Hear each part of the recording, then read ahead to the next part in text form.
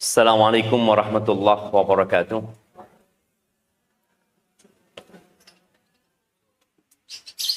Yang pertama yang kita muliakan bersama sahibul bait ya, Bapak Yusuf Bassama dan keluarga, dan kepada emak-emak pencetak generasi masa depan. Tidak ada karir yang lebih tinggi dari seorang wanita, lebih dari menjadi seorang ibu. Semoga itu menjadi mimpi setiap wanita. Karena seorang muslimah harus berkarir. Dan karir tertinggi buat seorang wanita adalah menjadi ibunda. Bagaimana seorang anak diwajibkan menghormati ibunya, sekali, dua kali, tiga kali, tetap emaknya menjadi orang yang pertama harus dia muliakan. Alhamdulillah alladzi bi ni'matihi tatimmus shalihat. Segala puji bagi Allah Jalla Jalaluh yang karena nikmatnya kebaikan-kebaikan menjadi sempurna. Tidak ada kesuksesan yang diraih dan tidak ada keberhasilan yang dicapai. Dan tidak ada ibadah yang bisa dilakukan kecuali dengan nikmat yang Allah berikan kepada kita. Semoga semua yang hadir tidak menjadi seperti Qarun, yang ketika Allah perintahkan kepada dia untuk berbagi dengan hartanya, agar berbuat baik dengan apa yang Allah berikan kepadanya kepada manusia. Wa ahsin ilallahi kama ahsanallahu ilaik. Allah mengatakan berbuat baiklah engkau kepada manusia sebagaimana Allah berbuat baik kepada dirimu. Wala tabghil fasada fil ardh. Jangan berbuat kerusakan di muka bumi ini. Apa kata Qarun? Qarun mengatakan innama utituhu ala ilmin 'indi. Qarun mengatakan aku bisa seperti ini karena ilmu yang diberikan kepada aku. Karena usaha dan upayaku, karena sekolahku. Akhirnya Allah tenggelamkan Qarun bersama rumah yang dia miliki dan gudang-gudang harta yang dia punya.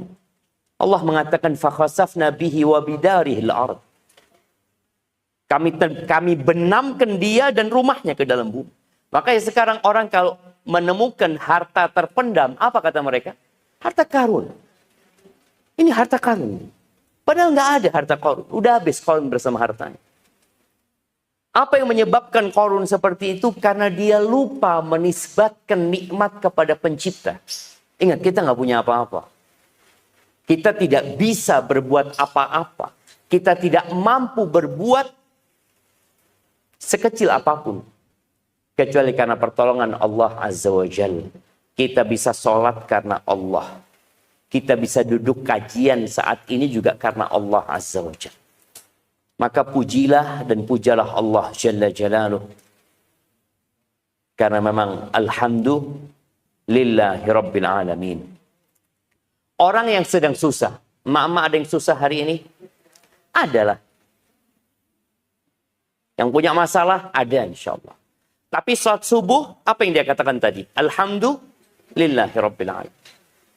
Salat duha, dia katakan juga alhamdulillahi rabbil alamin. Nanti salat duhur, alhamdulillahi rabbil alamin. Salat asar, maghrib, isya. Karena sejatinya kita jamaah, kita ini berbolak-balik di dalam nikmat Allah Jalla Jalaluh. Tapi kita sering lupa.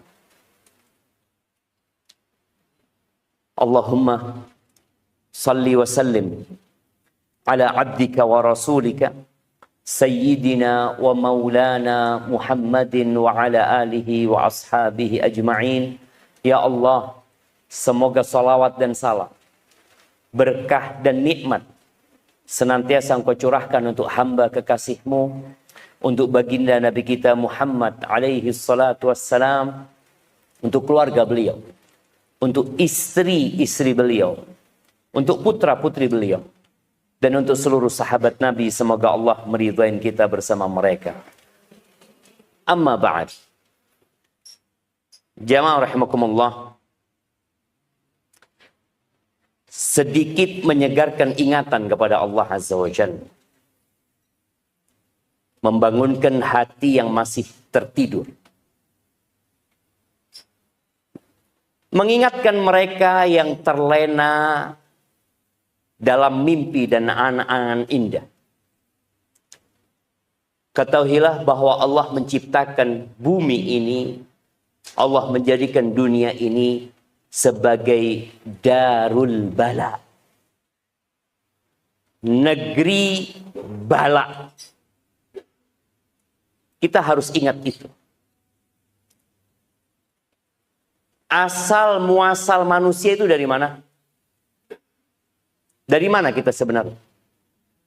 Dari surga. Allah Jalla Jalaluh ketika menciptakan Nabi Adam, nyuruh Nabi Adam tinggal di surga. Silahkan engkau nikmatin itu semua yang ada di surga. Tanpa ada larangan. Kecuali apa larangannya? Mendekati satu pohon. Memang manusia ini punya sifat kepo. Kalau suami ibu ngomong sama ibu-ibu, sayang, semua lemari di rumah sini boleh dibuka. Kecuali yang pojok itu ya. Jangan dibuka. Di situ ada 100 lemari. Dan hanya ada 1 lemari yang tidak boleh dibuka. Kira-kira apa yang dilakukan ibu-ibu? 99 lemari ditinggal. Dia cuma kepingin tahu itu apa. Kemudian dibuka benar. Padahal cuma ada tulisan, kamu buka kan? Itu tulisannya.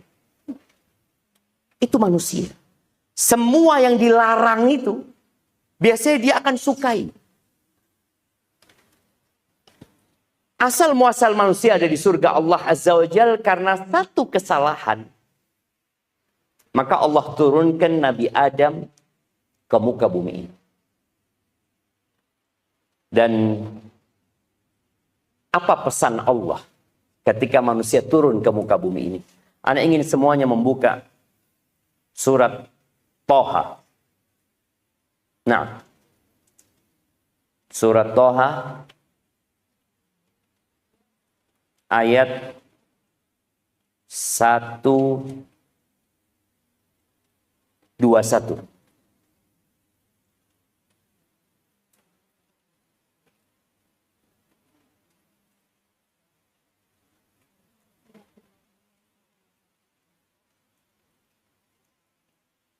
Nah, mulai 120. Silakan siapa yang mau baca? Dibaca 120 sampai 126. Iya, silakan dibaca sama artinya. Fadhol.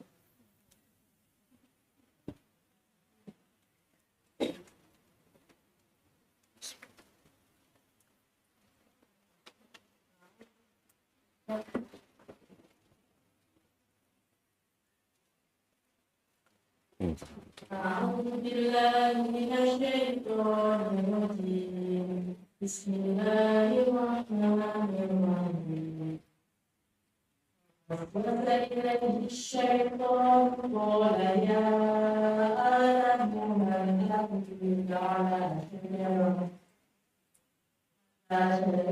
الْخُلْدِ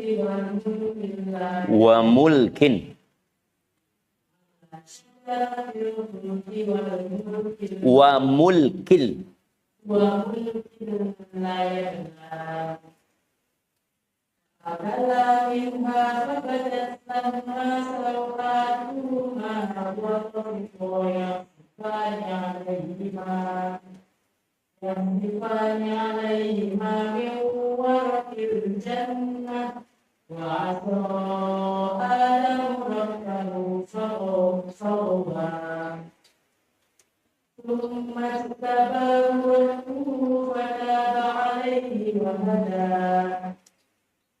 قال اهبطا منها جميعا بعضكم ببعض عدو فإما يأتينكم مني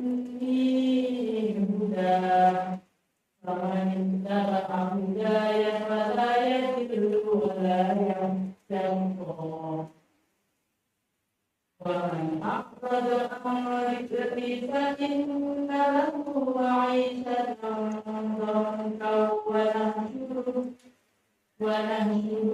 يوم القيامة أعمى قال رب لم حشرتني أعمى وقد كنت بصيرا قال كذلك أتتك آياتنا فنسيتها وكذلك اليوم تنسى.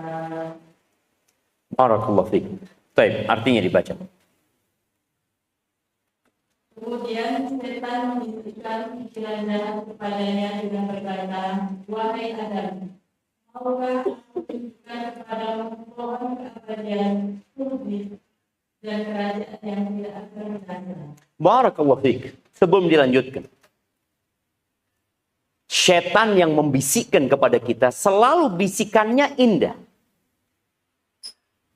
Bagaimana dia mengatakan kepada Nabi Adam, hal adulluka ala syajaratil khuld. Ada mau kau aku kasih tahu. Aku beritahu syajarah al-khuld. Kita sering mendengar cerita yang dimakan oleh Nabi Adam itu buah apa? Buah khuldi. Khuldi itu artinya kekekalan. Dan penamaan itu dari siapa? Dari setan. Ditipu Nabi Adam. Nabi Adam dibisikkan, engkau bakal mati, engkau bukan malaikat, engkau bukan penduduk surga, engkau bakal mati. Engkau mau nggak aku kasih tahu pohon yang kalau engkau makan, engkau akan kekal. Dan kerajaan yang tidak ada habisnya. Padahal di surga Nabi Adam boleh menikmati segalanya. Tapi bagaimana bisikan setan masuk dan berhasil. Padahal manusia pertama yang digoda iblis itu siapa? Ya Nabi Adam. Sekarang Nabi Adam di mana? Meninggal dunia. Iblis mati? Enggak. Kemudian iblis menggoda kaumnya Nabi Nuh alaihissalam. Sampai Nabi Nuh meninggal dunia. Iblis mati? Enggak. Melanjutkan menggoda kaumnya Nabi Hud alaihissalam. Nabi Hud meninggal dunia. Iblis mati? Enggak. Terus digodain kaumnya Nabi Soleh, kaumnya Nabi Ibrahim, kaumnya Nabi Musa, kaumnya Nabi Isa, dan kaumnya Nabi Muhammad alaihi salatu wassalam. Nabi kita Muhammad alaihi salatu wassalam meninggal dunia dan iblis belum mati. Anak ingin semua dapat menggambarkan bagaimana pinternya dan pengalamannya iblis. Berapa ribu tahun dia punya pengalaman menggodain manusia. Apalagi godain orang kayak kita. Dan akhirnya, lanjutkan.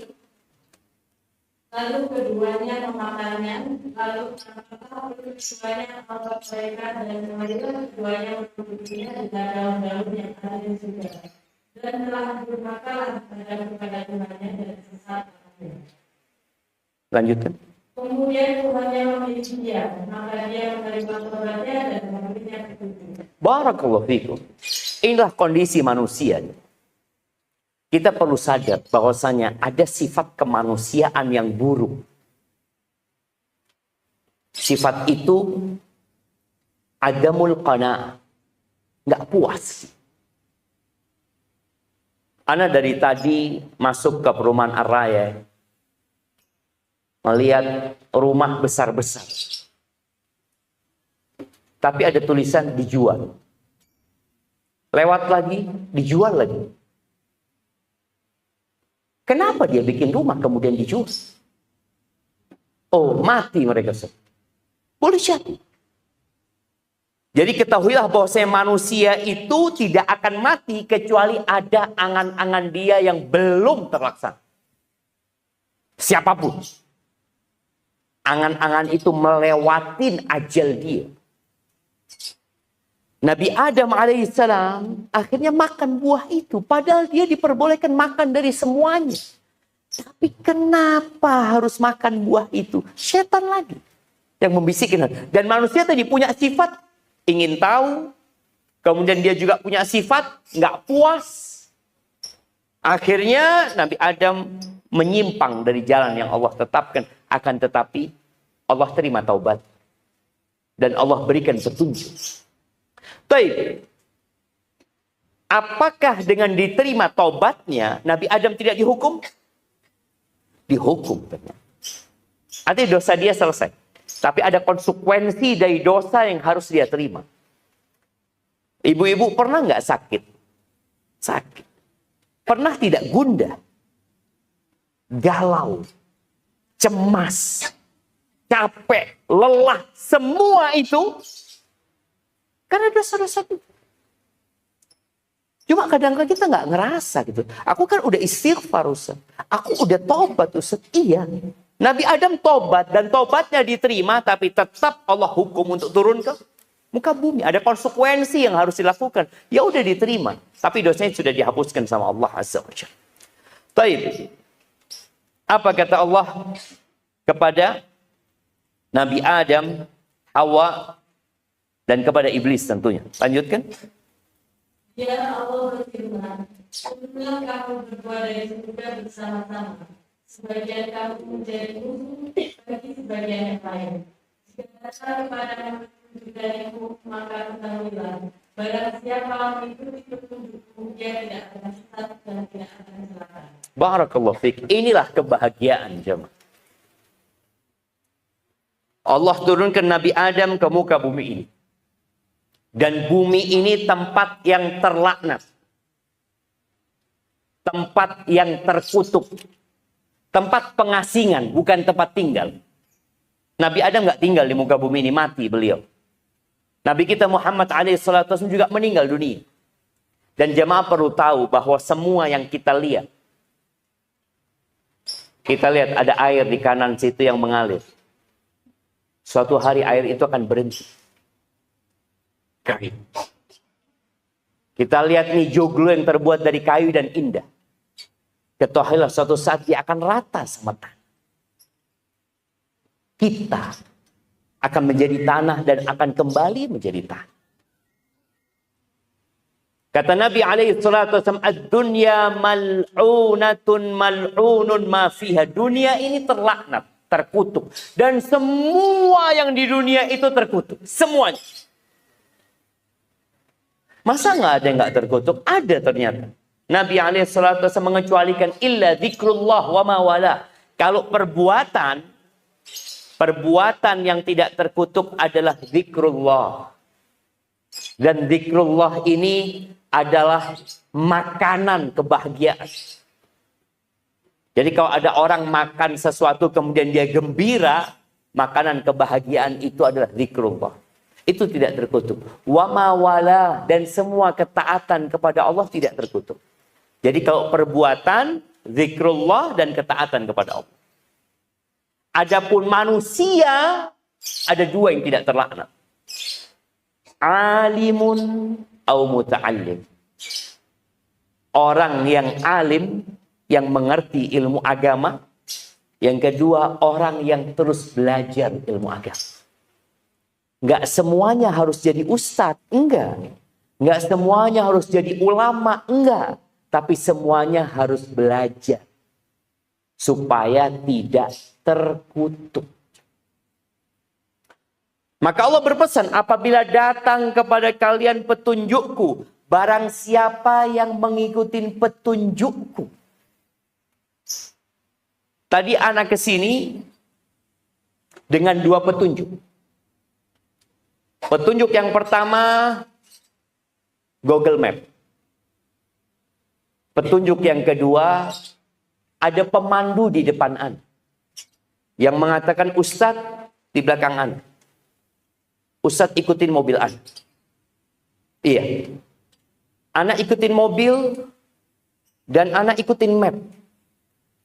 Kadang-kala mapnya ngomong ke kanan. Tapi pemandunya lurus. Anda ngomong, ikut mana ya?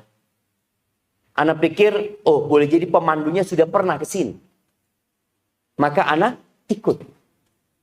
Ternyata pemandunya kesasar.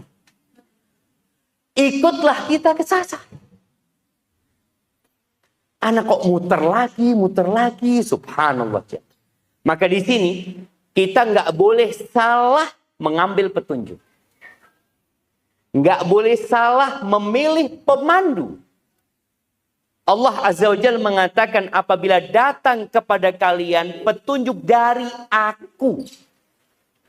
Pada zaman Nabi Musa, petunjuk yang Allah turunkan apa namanya?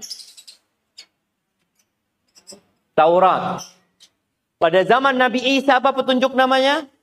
Injil. Pada masa Nabi kita Muhammad alaihissalam dan sampai tutupnya dunia ini, petunjuk itu namanya Al-Quran Al-Azim. Maka barang siapa yang mengikuti petunjukku, dia akan dapat dua. Tidak tersesat dan tidak celaka. Dia akan bahagia di dunia dan di akhirat. Baik, barang siapa yang berpaling sekarang? Lanjutkan. Dan barang siapa berpaling dari peringatanku, maka sungguh dia akan menjalani kehidupan yang sempit. Dan kami akan mengumpulkannya pada hari kiamat dalam keadaan kita. Barakallahu fikum. Jelas sekarang. Kita kalau berpikir, apakah orang yang tinggal di Araya ini semuanya bahagia? Nah, jamaah.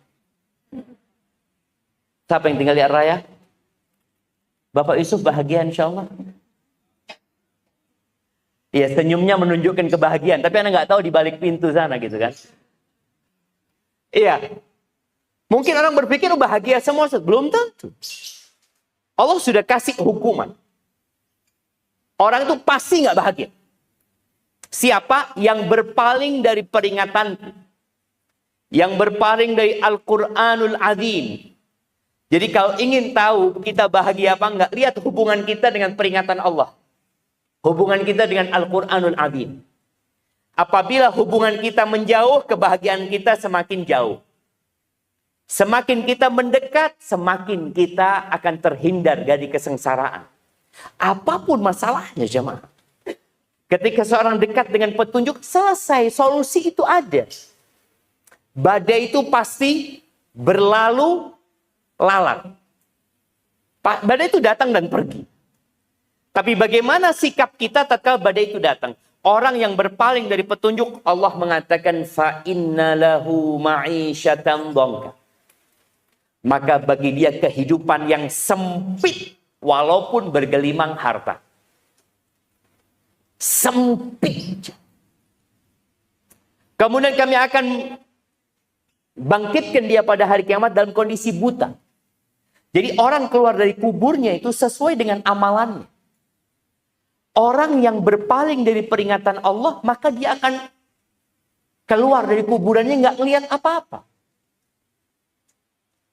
Terus kata dia, qala rabbi lima hasyartani a'ma wa qad kuntu basira. Wahai Rabbku, kenapa engkau bangkitkan aku dalam kondisi buta, padahal dulu di dunia aku dapat melihat. Apa kata? Kadzalika atatka ayatuna fanasitaha. Masalahnya di dirimu. Datang kepadamu ayat-ayat kami. Engkau lupakan, engkau abaikan. Berapa banyak manusia yang mengabaikan halal dan haram. Dia tidak lagi memikirkan itu. Karena dia pikir pokoknya aku ingin bahagia di dunia ini. Dengan segala cara aku akan tempuh kebahagiaan itu. Padahal di situ nggak ada kebahagiaan sebenarnya. Maka pada hari kiamat ada orang-orang yang Allah lupakan. Ahibati fillah. Sebagian orang berpikir kebahagiaan itu ada di harta. Mama, kalau pakai gelang bahagia nggak? Sekarang emak-emak bahagianya dengan tas umpamanya. Biasanya kalau kajian bawa tas taruh di depannya. Di sini kajian ini rutin kan? Iya, mungkin ke depan. Yang datang kajian bawa kresek saja. Iya. Ana baru membaca buku. Masih mukaddimahnya saja. Buku ini ditulis oleh orang Inggris. Atau orang Amerika. Tapi udah diterjemahkan ke bahasa Arab. Judul buku itu Islam Suq. Islam Pasar. Islam Pasar. Pasar. Dulu jilbab itu identitas muslimah. dulu. Tapi sekarang jilbab itu sudah enggak lagi. Seorang muslimah sekarang menjadi pasar untuk jualan. Makanya seorang sekarang datang kajian dengan pakaian yang sudah kelihatan kelas sosialnya dia. Dari baju, dari jilbabnya, dari jilbab, jangan bicara tasnya. Dari jilbabnya, Allahu Akbar, ini 7,5 juta kayaknya. Tahu dari mana? Itu loh, ada tulisannya. Nah, jamaah. Mungkin orang berpikir, dengan anak seperti, anak bahagia. Enggak. Enggak, jamaah. Maka perlu kita bermuhasabah. Apakah bahagia kalau punya mobil mewah? Mama, bahagia enggak? Gembira mungkin. Tapi Anda mau tanya, katanya ada hadiah. Anda mau tanya, apa perbedaan antara kebahagiaan dengan kegembiraan? Silahkan yang jawab. Ada hadiahnya? Iya, silahkan yang mau jawab kasih hadiah.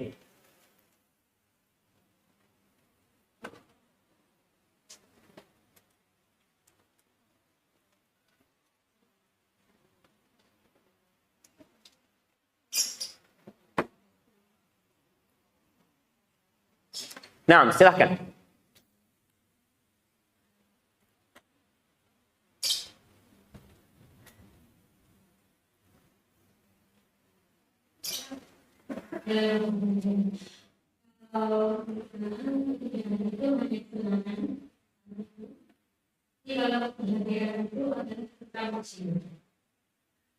Kalau kesenangan itu pada saat itu saja. Iya, gembira itu sementara. Iya. Barakallah. Ketenangan jiwa yang akan terus berlangsung dimanapun dia berada. Masya Allah, barakallah fiik. Iya, kayaknya udah selesai kajian kita. Nah, jamaah rahimakumullah, bicara harta itu hanya bikin senang. Jadi mak-mak kalau dikasih hadiah mobil sama suaminya, berapa lama senengnya? Sebulan? 2 bulan? Mungkin sehari. Tahu-tahu datang sohibnya, mobilnya lebih bagus. Langsung hilang kebahagiaan dia. Ya Allah, kata dia. Bang, lebih bagus mobil itu, bang. Nah, karena ternyata bukan di mobil itu kebahagiaan. Kebahagiaan tadi, tempatnya di hati. Tenang gitu. Nabi SAW mengatakan irda bima qasamallahu lak takun aghnan nas. Ridhalah engkau dengan apa yang Allah berikan kepadamu, engkau akan jadi orang paling kaya, jemaah. Satu cukup ridha. Enggak perlu rumah. Kalau kebahagiaan itu adanya di harta, kesian orang miskin, berarti dia sampai mati dia enggak bahagia. Enggak. Kemudian ada yang berpikir kebahagiaan itu di kedudukan, di jabatan dan kekuasaan. Dan kalau kita lihat orang yang menjabat itu akan mendapatkan pelayanan yang istimewa sekali. 24 jam dia dijaga. Kemudian kemanapun dia pergi ada karpet merah yang dihamparkan. Apa saja yang dia inginkan selalu ada. Dia baru ngomong, kayaknya lagi musim durian ya. 5 menit datang durian. Itu penguasa. Nggak perlu dia minta. Dia menyebutkan apa datang yang dia inginkan. Kemana-mana dia disambut. Tapi apakah benar orang-orang itu bahagia? Bapak Jokowi pernah menjadi wali kota Solo.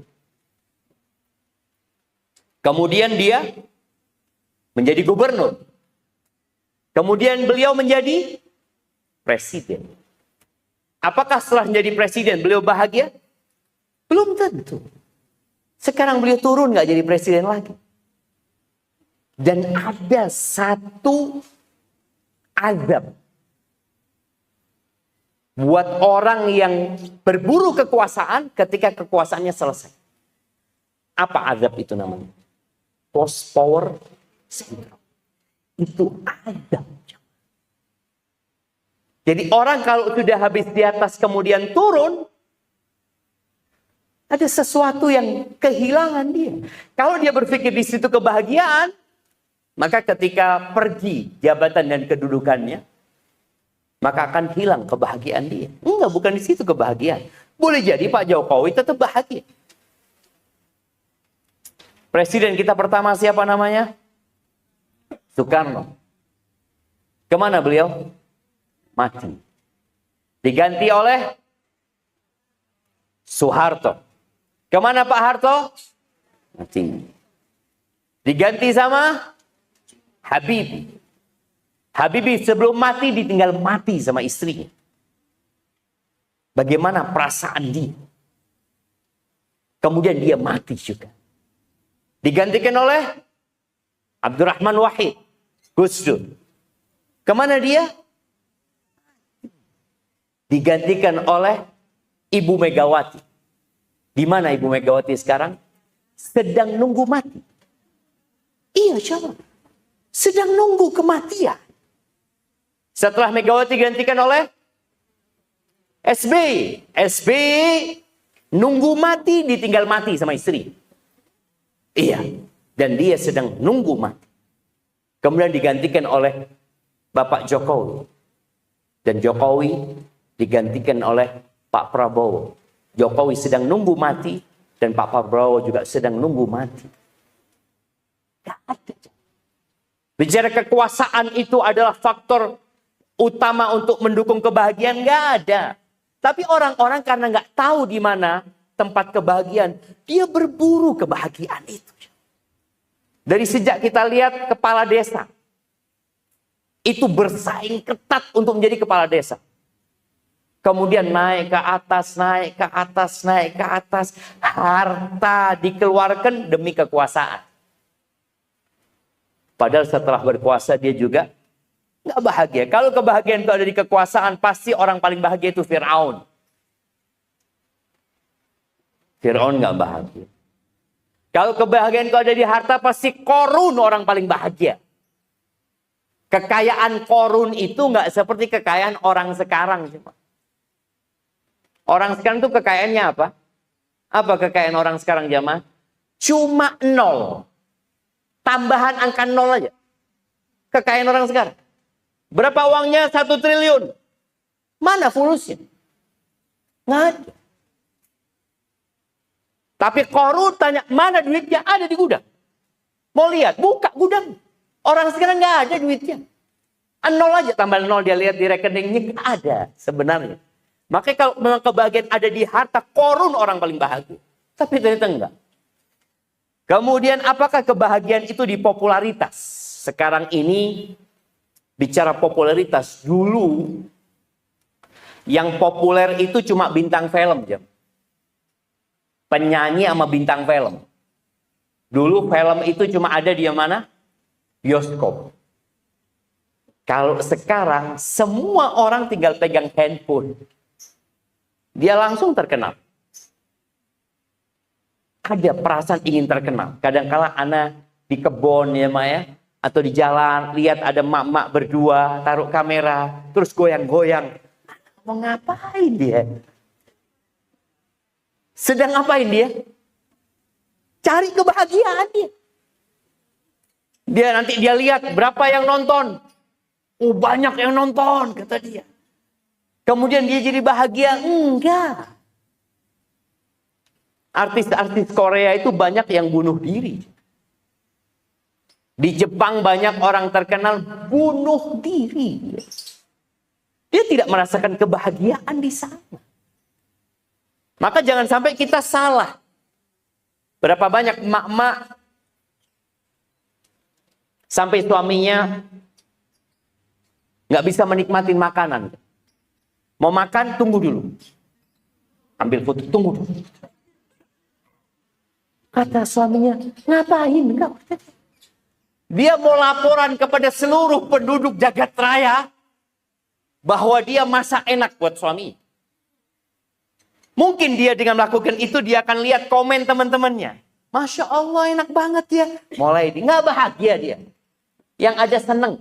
Mungkin gembira. Sebentar. Tapi bahagia. Entar lagi dia ribut. Anak-anaknya nangis. Suaminya mungkin ya keluar rumah ada masalah. Selesai. Bukan di situ. Bukan di popularitas. Maka jangan berpikir kalau emak-emak sibuk membuat status. Baik. Orang yang bahagia itu membuat status apa yang nonton status? Yang buat status bahagia. Yang nonton sakit hati. Boleh jadi. Maka berapa banyak wanita gara-gara baca status yang mengatakan, Fulan kayaknya nyindir ana. Siapa yang nyuruh kau baca status Fulana? Nggak ada. Tapi orang kalau berbuat salah, kemudian dia membaca sesuatu yang berkenaan dengan dirinya, dia merasa dia sedang nyerang dirinya. Padahal enggak. Maka itu menjadi kabar gembira buat orang yang merasa tersakiti ketika membaca status. Apa yang harus dia lakukan? Memperbaiki diri. Nggak perlu dia WA Fulana. Fulana, afwan, status itu buat aku. Nggak perlu. Baik, nggak ada. Antum kau tahu di Korea itu, aduh, tinggal dilihat sekarang di Mbah Google berapa kasus bunuh diri. Bukan bunuh diri biasa, tapi bunuh diri artis. Kemudian ada yang berpikir kebahagiaan itu terletak di gelar akademis. Karir. Jadi ada seorang wanita berpikir kalau dia bekerja di sebuah perusahaan, kemudian dia menduduki kedudukan yang tinggi, dia akan bahagia. Ada seorang wanita di Arab Saudi, dia umur 40 tahun. Seorang wanita, rektor, belum nikah.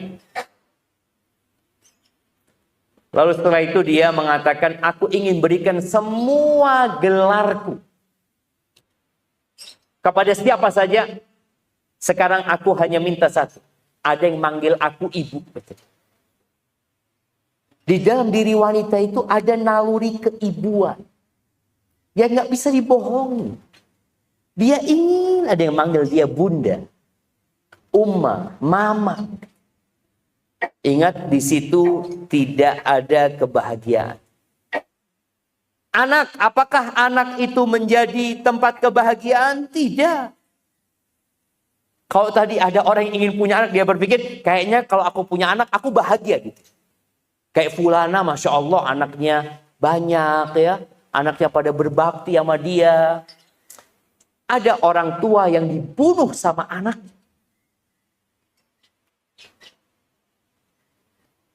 Ana baca berita. Mungkin 3 hari yang lalu jamaah. Hati anak kayak diiris-iris. Ada seorang anak memperkosa ibunya sendiri. Ibunya lagi tidur. Ingat, bukan di situ letak kebahagiaan. Berapa banyak orang tua kalau lagi sakit hati sama anaknya ngomong apa? Nak, kepingin tak lepuk no meneng. Iya. Artinya ternyata anak ini bukan tempat kebahagiaan. Iya, anak itu perhiasan. Harta itu perhiasan kehidupan dunia. Al-malu wal-banuna zinatul hayatid dunya. Ya. Harta dan anak itu perhiasan kehidupan dunia. Perhiasan. Yang namanya perhiasan itu ada waktunya kita bosan. Yang namanya perhiasan itu rata-rata nggak berumur panjang. Kita ingin perhiasan yang lainnya. Apakah emak-emak pernah puas dengan gelang yang dia pakai? Enggak. Ada model baru? Kepingin ganti dia. Makanya subhanallah jemaah. Nasihat anak buat emak-emak ingin bahagia. Jangan sering-sering buka pasar online ini. Kecuali mau beli sesuatu. Aku butuh, aku mau beli sendok, ya udah. Cari sendok.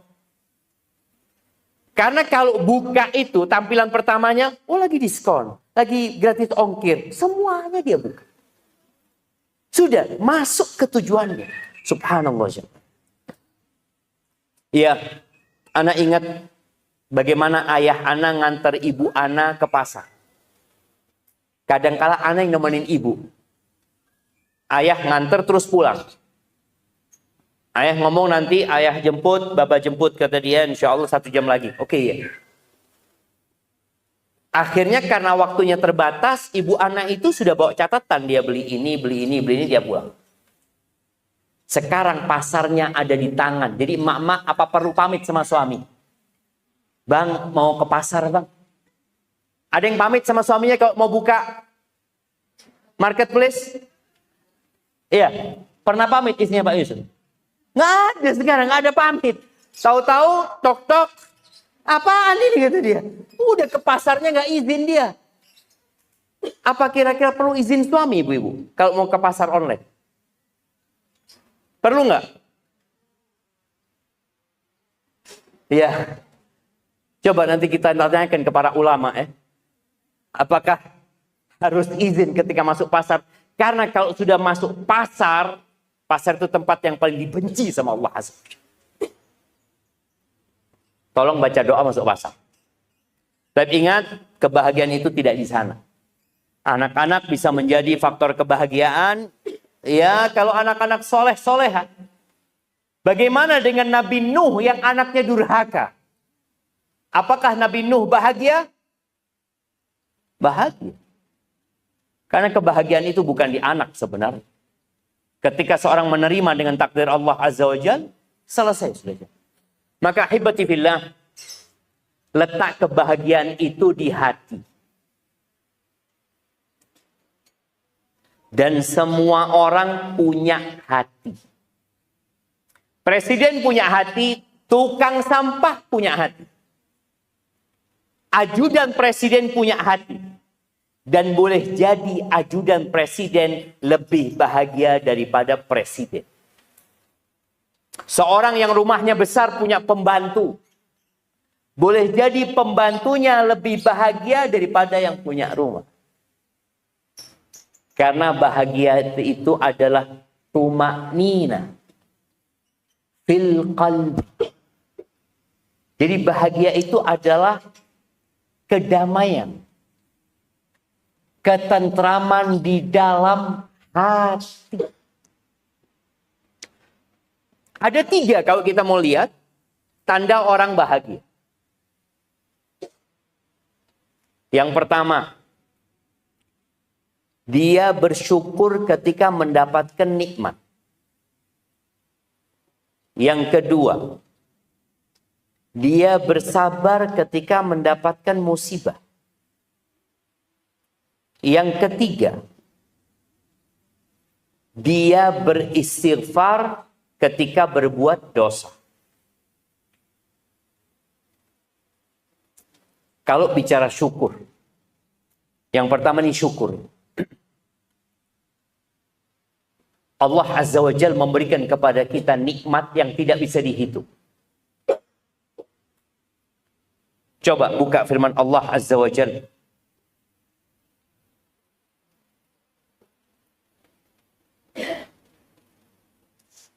Di surat An-Nahl ayat 18. An-Nahl ayat 18. An-Nahl ayat 18. Nah, silakan dibaca. Siapa yang mau baca?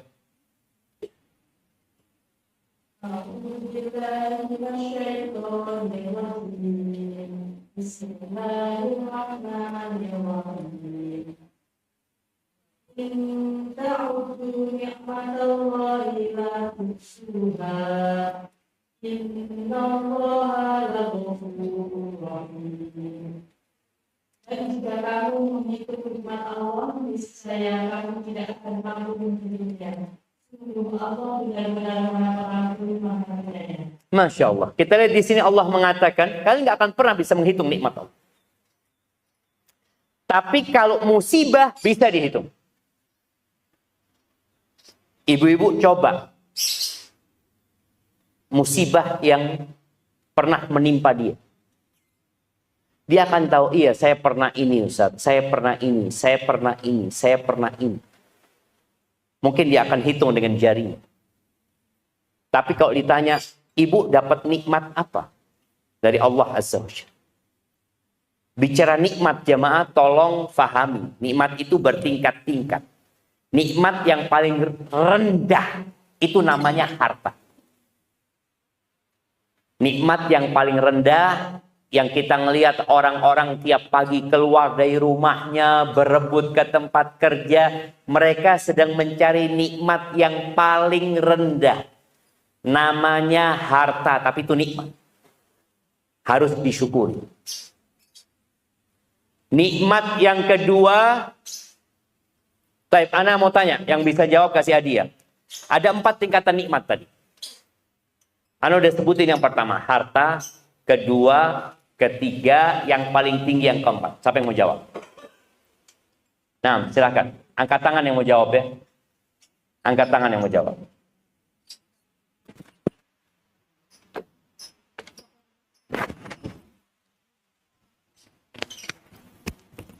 Empat tingkatan nikmat.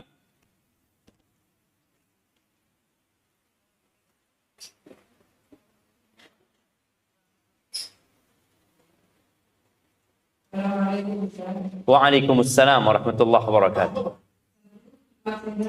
Yang pertama nikmat harta paling rendah. Iya. Yang kedua iman, Islam, sehat. Ada 4 tingkatan. Mulai paling rendah. Paling rendah itu harta tadi disebutin. Baik, yang nomor 2 sehat. Yang nomor 3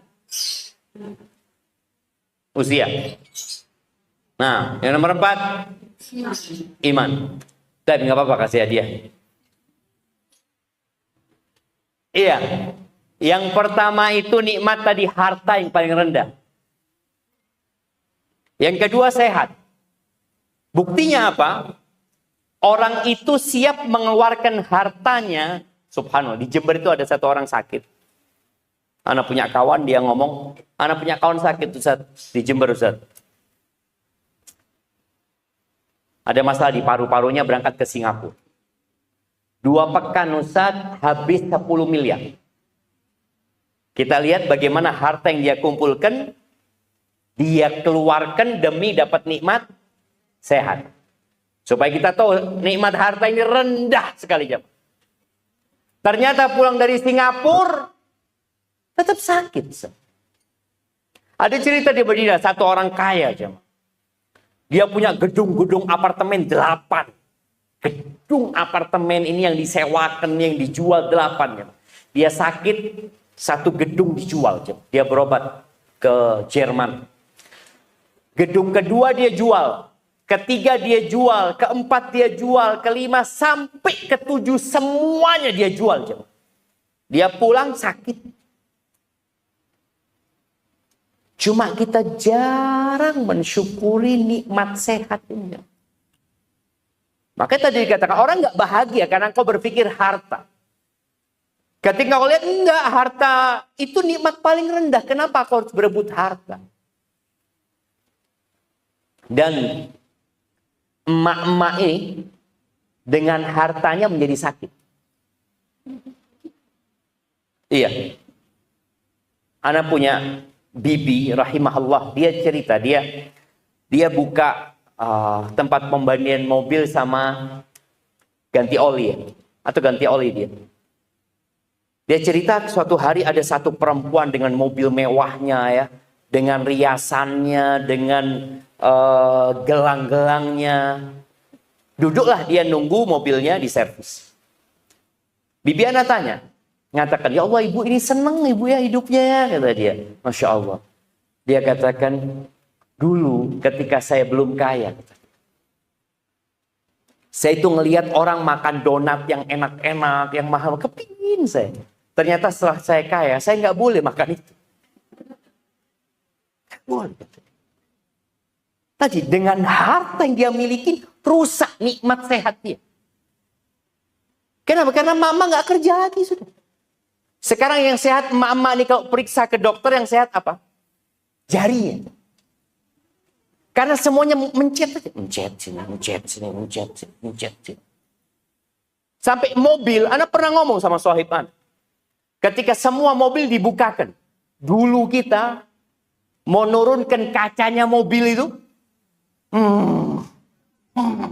Baru turun jam. Terus mobil belum power steering jam. Jadi orang ketika naik mobil itu, ya Allah dia perlu tenaga. Kemudian dikasih kemudahan. Power steering. Terus power windows ya. Tapi dulu kacanya itu dipencet masih nunggu mencet lama baru turun. Sekarang enggak. Pencet satu langsung turun sendiri. Pintunya enggak perlu buka sekarang. Buka pintu dipencet. Ana ngomong sama temennya. Ini kayaknya mobil buat orang kena stroke. Kenapa? Karena dia enggak kerja Pak. Tidak ada energi yang dia keluarkan. Padahal makannya enak. Padahal makannya banyak. Jangan sampai nikmat harta ini membuat kita kehilangan nikmat sehat. Terakhir Ana ngomong sama istri Ana. Istri Ana ada di sini. Ana ngomong, sudah nggak usah pakai pembantu. Ana ngomong. Kenapa? Supaya gerak. Dan kata istrinya betul. Ketika nggak ada pembantu, dia lihat langkahnya sebelum zuhur sudah 10.000 langkah. Di rumah saja. Kenapa? Ya karena nyapu, ngepel, semuanya ini itu. Ketika ada pembantu, apa yang dilakukan? Ya itu bersihkan, ya yang itu kenapa? Yang itu, iya ya. Yang itu, kakinya nggak melangkah, jemaah. Maka tolong nikmat sehat, kata Nabi SAW, nikmatani maghbunun fihima katsirun minan nas. Ada dua nikmat yang banyak manusia lalai dengan dua nikmat itu. Nikmat itu adalah nikmat sehat dan waktu luang. Itu nikmat dari Allah Azza wa Jalla. Maka tolong syukuri ketika pagi hari bangun sehat. Kata Nabi ini yang kedua ya, nikmat yang nomor 2, sehat. Berarti itu lebih tinggi dari harta karena orang mengeluarkan harta demi dapat sehat. Nikmat yang ketiga itu adalah nikmat aman. Nikmat aman. Yang banyak orang miskin tidak bersyukur atas nikmat aman. Lebih aman rumah orang kaya apa rumah orang miskin? Oleh orang miskin.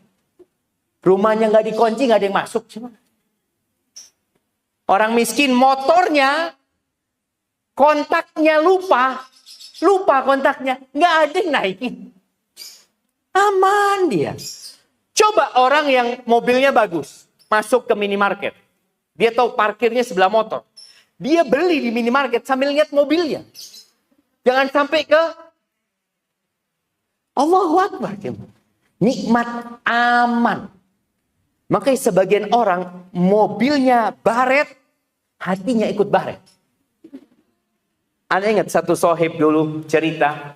Ana punya abah azan di rumah. Ana kenapa azan? Semua dimarahin sama abah katanya. Kenapa? Oh ternyata mobil abah kesempet becak. Ketika orang merasa aman keserempet, aduh alhamdulillah lah yang baret kan mobil gak hati kita. Sudah bismillah. Dan ada seorang polisi Masya Allah jemaah. Dia ngomong. Suatu hari Ustaz, Ana pernah ditabrak Ustaz sama orang. Ditabrak sama orang. Ana keluar pakai baju polisi. Orang itu ketakutan yang nabrak. Kata orang ini, nggak apa-apa. Qadarullah wa masya'afal. Ini sudah takdir Allah. Dan mau berbuat yang Allah kehendaki. Silahkan Bapak pulang, ya saya pulang. Selesai. Ketika orang punya keamanan di hatinya. Merasa aman dengan semuanya sudah. Apapun yang terjadi pasti itu takdir Allah SWT. Maka kita lihat orang ini akan mengeluarkan harta demi mendapatkan keamanan. Contoh. Orang-orang yang milih perumahan di area ini. Apa yang diinginkan? Aman. Nggak apa-apa lah. Mahal. Nggak apa-apa. Bulannya mahal. Iya. Yang penting aman. Dia cari tuh keamanan. Dia keluarkan itu harta. Dan Alhamdulillah Indonesia ini negeri yang aman. Mama bisa perhatikan nih. Kalau dapat kiriman video saudara-saudara kita di Gaza. Nggak ada keamanan buat mereka. tentang 3 nikmat ini, Nabi SAW bersabda, "Man kana aminan fi sirbihi." Barang siapa yang merasa aman di tempat tinggalnya. Nggak harus milik tempat tinggalnya. Boleh jadi kontrakan. Mu'afan fi jasadi. Sehat badan. Yang ketiga, indahu qutu yaumihi. Dia punya yang dia makan hari itu. Bukan besok. Karena besok belum tentu kita hidup. Yang penting hari ini. Maka jangan pernah terbebani dengan hari esok. Kalau besok aku hidup berarti rizkiku ada. Kalau anakku besok hidup berarti rizki dia ada. Kenapa? Karena rizki sama ajal ini jalannya bareng. Kapan ajalnya habis, maka rizkinya habis. Kapan rizkinya habis, ajalnya datang. Loh Ustaz, kita lihat ada orang kaya, punya uang 1 triliun Ustaz. Tapi mati, ya sudah rizki dia sudah habis. Itu 1 triliun bukan rizki dia. Maka tadi orang yang merasa aman di tempat tinggalnya. Sehat tubuhnya. Punya yang dia makan hari itu. Kata Nabi SAW, "Faka'annama hizat lahu dunya bihadafiriha." Seakan-akan dunia dan isinya milik dia. Baik, maka tolong syukuri nikmat itu. Dan nikmat yang paling puncak adalah nikmat iman. Karena 3 nikmat itu dunia saja. Tapi kalau plus keimanan, maka selesai. Sempurna nikmat Allah Azza wa Jalla. Orang kafir, sehat. Orang kafir, kaya. Orang kafir, aman. Karena ada penjagaan. Tapi yang kurang dari mereka satu, iman. Maka dengan tidak adanya keimanan, maka selesai. Dia tidak akan bersyukur atas nikmat yang Allah berikan. Maka tolong perbanyak syukur.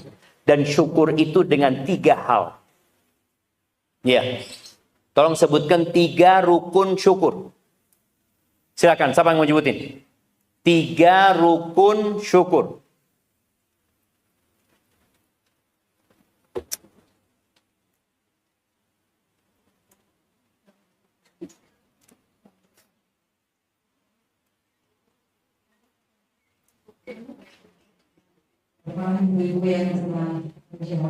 Tiga rukun syukur. Mungkin yang di belakang Ibu. Nah, Oh iya. ini yang depan ini.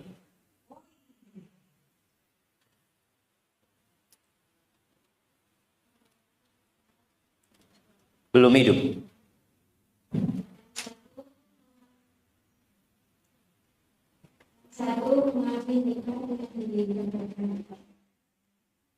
Yang pertama apa? Mengakui dengan hati. Oke. Mengakui dengan hati atas nikmat yang Allah berikan. Kalau itu nikmat dari Allah, bukan karena usahaku, bukan karena kepintaranku, itu nikmat dari Allah. Oke. Yang kedua. Memuji Allah dengan lisannya. Yang ketiga.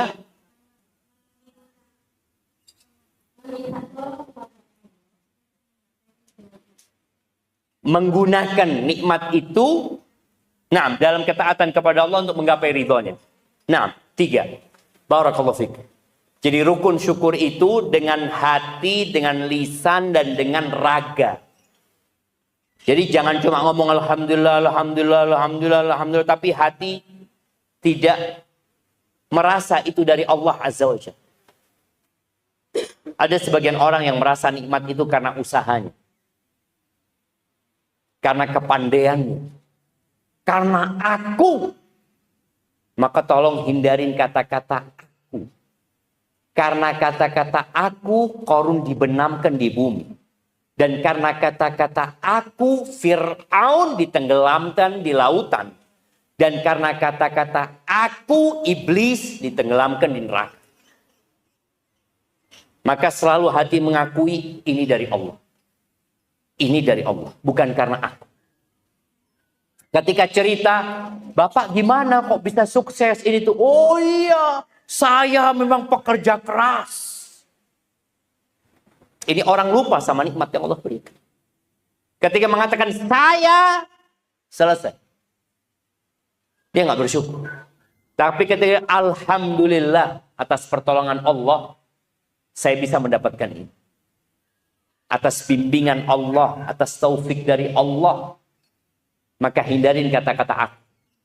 Itu hati mengakui, lisan memuji Allah Azza wa Jal. Perbanyak baca alhamdulillah, alhamdulillah, alhamdulillah, alhamdulillah. Sambil nyapu ucapkan alhamdulillah, alhamdulillah, alhamdulillah. Dalam setiap nikmat yang Allah berikan katakan alhamdulillah. Nabi SAW dalam kondisi susah pun mengatakan apa? Alhamdulillahi ala kulli hal. Segala puji bagi Allah dalam semua kondisi. Baik. Itu lisan. Raga kita menggunakan nikmat itu dalam ketaatan. Bagaimana Allah kasih nikmat handphone, kita gunakan handphone ini untuk ketaatan. Bagaimana Allah kasih nikmat mata, Allahu Akbar jamaah. Bicara nikmat mata ini, yang kalau semua harta yang dimiliki oleh kita, ditimbang dengan nikmat mata, nggak cukup. Lebih banyak nikmat mata yang Allah berikan kepada kita. Bagaimana supaya kita bisa bersyukur? Di antara caranya yang pertama minta tolong sama Allah. Baca doa di akhir sholat. Sebelum salam atau sesudah salam. Allahumma a'inni ala dzikrika wa syukrika wa husni ibadati. Itu yang pertama. Minta tolong sama Allah. Karena tanpa bantuan Allah kita nggak akan bisa bersyukur. Yang kedua, lihatlah kepada yang di bawah kita. Sistem perumahan seperti ini itu membuat orang sulit bersyukur. Kenapa? Karena yang dilihat rumah-rumah besar semua. Baik, di perumahan ini rumah yang paling kecil bagian mana? Yang di luar komplek. Sedangkan penduduk yang ada di perumahan ini nggak pernah ngelihat rumah jelek. Yang dia lihat ketika keluar, Masya Allah, besar banget rumahnya. Nanti pulang kerja, Masya Allah. Terus sulit dia akan bersyukur. Maka perlu nih orang-orang yang punya kelebihan harta ya. Ana sering melihat orang kaya itu titip zakat.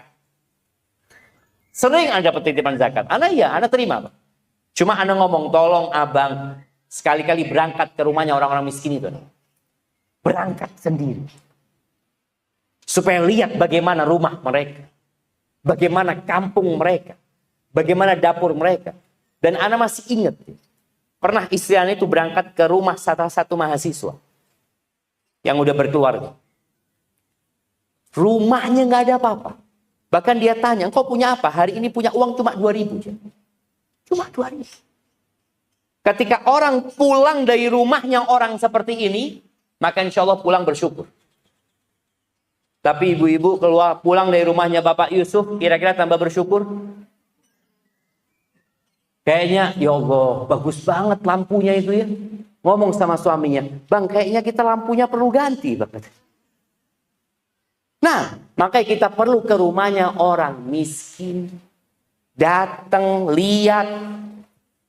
Ketika hati sudah mulai tergoda dengan dunia dan kurang syukurnya, silahkan berangkat ngomong sama suaminya. Antarkan aku ke tempat orang-orang terkena bencana. Lihat tuh, orang-orang yang kena gempa yang rumahnya ambruk jemaah. Bahkan ada yang rumahnya nggak ambruk jemaah. Rumahnya terbenam di dalam bumi.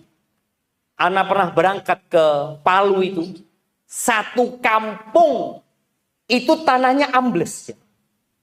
Semuanya nggak ada, ambles. Di situ ada rumah yang jumlahnya ratusan, ada mobil, ada kulkas, ada TV, ada manusia, ambles. Maka untuk membantu kita bersyukur, berangkatlah ke tempat-tempat bencana, lihatlah kepada yang di bawah kita. Tadi kita itu kadang-kala sering bagi umpamanya Jumat berkah. Ya kadang-kala ibu nasi ini itu dibagikan di jalan. Ana kemarin ngomong di kampus ngomong sama mahasiswa. Kayaknya kalau antum bagikan di pinggir jalan nggak tepat. Kenapa? Kadang-kala satu orang di pinggir jalan dapat 2, dapat 3, dapat 4. Padahal dia mungkin mampu. Tapi anak ngomong datang ke rumahnya warga yang nggak mampu antum. Janda-janda yang ditinggalkan sama suaminya, yang sakit-sakit. Antum datang tiap Jumat sudah ditandain rumahnya fulana, rumahnya fulana, rumahnya fulana. Itu lebih tepat anak ngomong. Daripada antum bagikan di jalan. Itu membantu kita untuk bersyukur juga. Tadi kita ngeliat, ya Allah rumahnya orang ini. Akhirnya kita bukan cuma ngasih nasi. Jumat depan kita bawain kasur tuh orang. Karena kita tahu di rumahnya nggak ada kasur. Pekan depan lagi kita datang ke rumah itu, kita keramik tuh rumahnya orang itu. Karena masih tanah sebenarnya. Karena gentengnya bocor kadang-kala. Nah, kita yang hidup di perumahan seperti ini nggak tahu. Maka tolong emak-emak ini punyalah acara berangkat ke tempat-tempat bencana.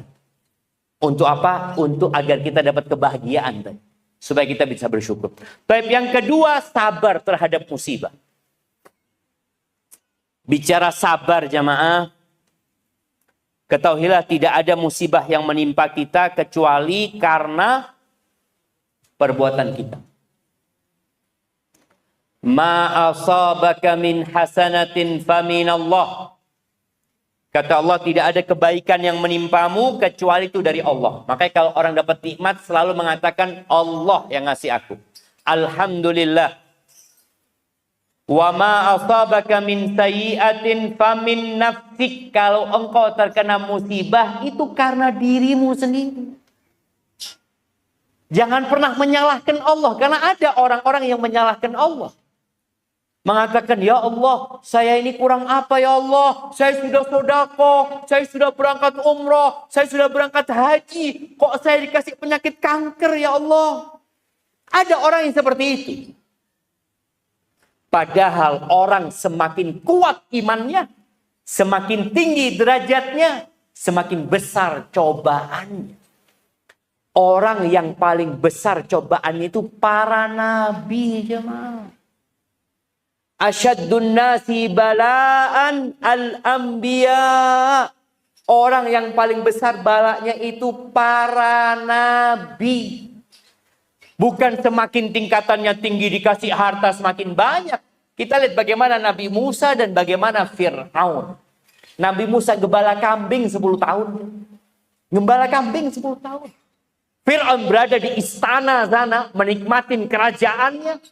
Puluhan tahun dia di sana. Tidak. Jadi jangan pernah berpikir bahwa tanda cinta Allah itu kita dikasih harta.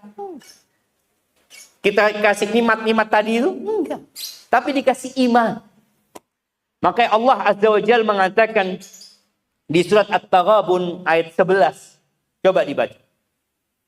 Surat At-Taghabun ayat 11.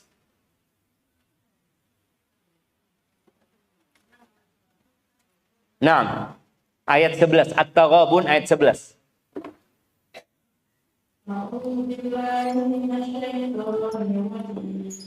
Bismillahirrahmanirrahim.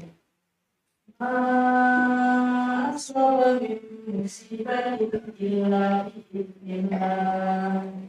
Wa man yu'min billahi yahdi qalbahu wallahu bikulli syai'in alim. Tidak ada suatu musibah yang menimpa seseorang kecuali dengan izin Allah. Dan barang siapa beriman kepada Allah, niscaya Allah akan memberi petunjuk kepada hatinya. Dan Allah Maha mengetahui segala sesuatu. Barakallahu fikum.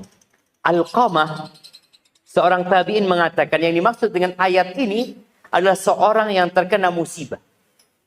Kemudian dia tahu itu dari Allah Azza wa Jalla. Dan dia ridha dan menyerahkan kepada Allah SWT. Allah kasih petunjuk di hatinya. Jadi kalau bicara bala itu, bisa jadi bala itu di diri kita. Atau di anak kita. Ada orang tua yang balanya anaknya sakit. Anaknya tabrakan. Semoga Allah selamatkan. Ada yang di hartanya bangkrut. Ada yang di nama baik. Ibu-ibu ada nggak yang pernah difitnah berzina? Aisyah radhiyallahu taala anha, istri Nabi. alaihi salatu wasallam. Supaya kita tahu bagaimana Allah memberikan bala kepada Nabi alaihi salatu wasallam. Istrinya itu difitnah berzina. Aisyah.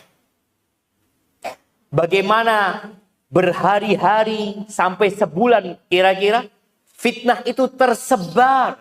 Dan Nabi nggak tahu apakah istrinya berzina atau tidak.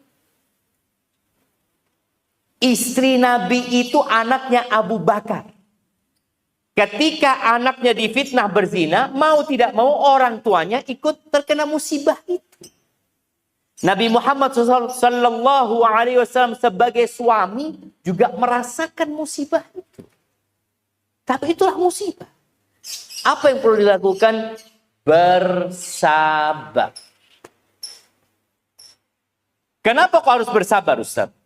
Ada 4 tingkatan orang menghadapi musibah. Tingkatan paling rendah ini nggak boleh. Tingkatan kedua itu wajib. Tingkatan yang paling rendah itu haram. Yang kedua itu wajib. Yang ketiga dianjurkan. Yang keempat menjadi sebuah kesempurnaan. Siapa yang mau nyebutin? 4 tingkatan orang menghadapi musibah. Tafadhol. Siapa yang mau jawab?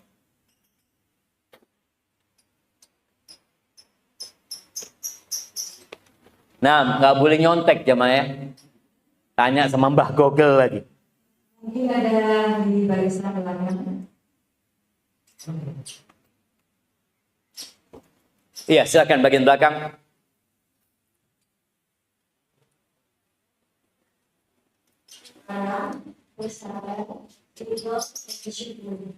Tiga. Yang pertama apa yang haram? Marah, bersabar, ridha, syukur. Barakallahu fiik. Ahsan. Nah, pertanyaan selanjutnya, apa arti sabar? Kita tahu tuh ada tingkatan yang haram, namanya jaza. Jaza itu marah, nggak nerima. Tingkatan yang wajib itu namanya sabar. Tingkatan yang dianjurkan itu namanya ridha. Tingkatan yang menjadi kesempurnaan itu namanya syukur. Gimana orang bisa bersyukur atas musibah? Baik, apa makna sabar? Nah, nggak boleh nyontek jamaah. Sekarang itu orang tinggal cari. Itu yang di belakang mungkin bertanya di depan. Apa makna sabar? Oh ya. Nah, silahkan.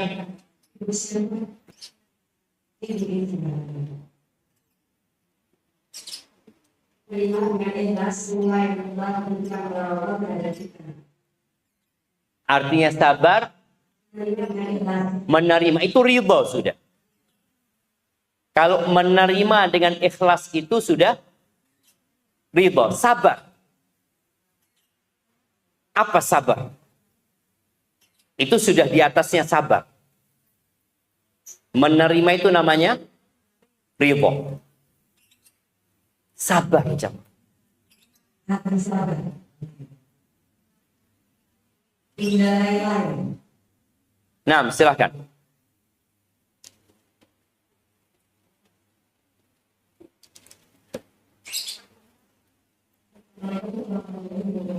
Waalaikumsalam warahmatullahi wabarakatuh. Saya mencoba mencoba saya. Siap.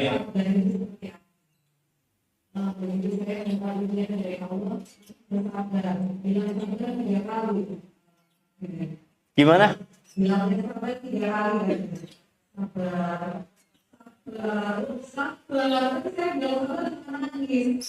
Nah, betul.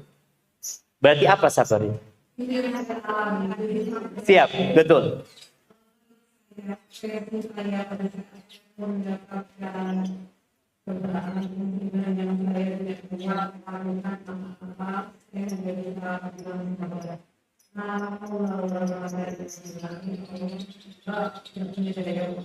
Masya Allah, barakallahu fiik.